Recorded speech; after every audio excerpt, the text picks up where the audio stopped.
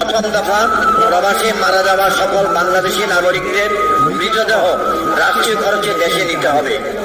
দ্বিতীয় দফা, প্রবাসীদের জাতীয় পরিচয়পত্র ও ভোটাধিকার চাই।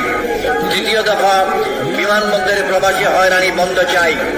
চতুর্থ দফা, প্রবাসীদের জন্য যুগোপযোগী দ্বৈত নাগরিকত্ব আইন ও পেনশন সুবিধা চাই।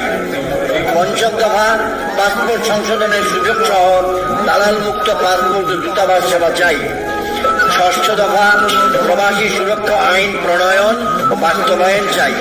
সপ্তম দফা, জাতীয় বাজেট প্রবাসীদের জন্য ন্যূনতম 5% বিশেষ বরাদ্দ চাই।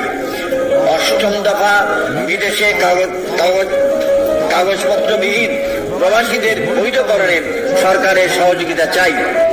নবম দফা, বিদেশে প্রবাসীদের জন্য পর্যাপ্ত বাংলাদেশি দূতাবাস ও শ্রম কল্যাণ ঋণ